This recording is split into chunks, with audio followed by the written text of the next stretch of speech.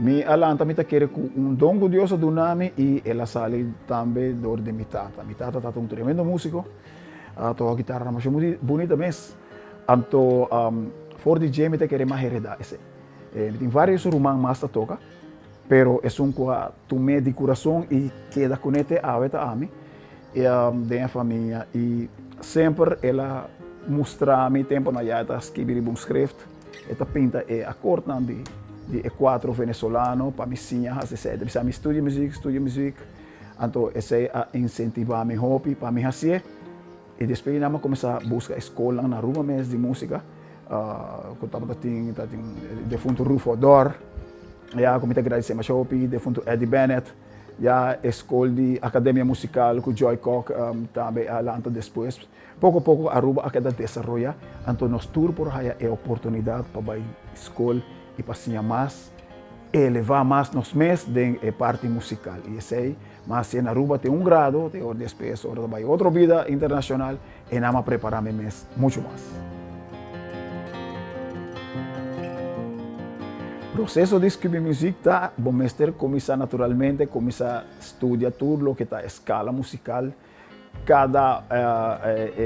base de promete com a música que música está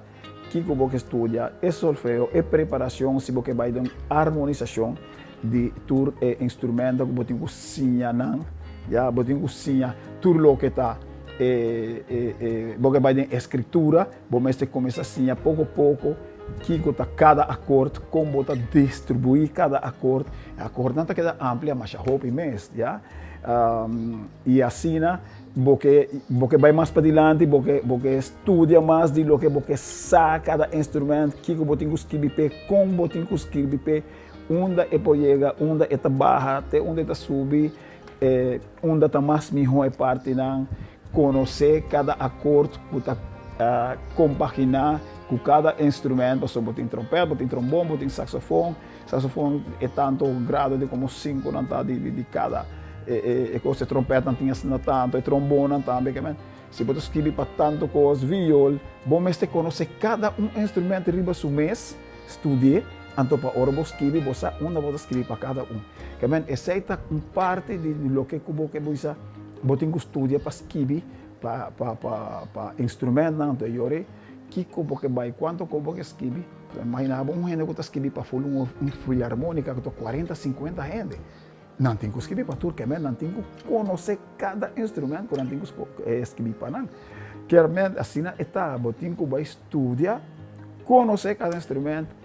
estudar como para escrever para nada, então para chegar na lo que você chega e não acaba nunca. Não acaba nunca, você queda ampla, vai, música, também as coisas com medicina, e não stop nunca, assim não gosta.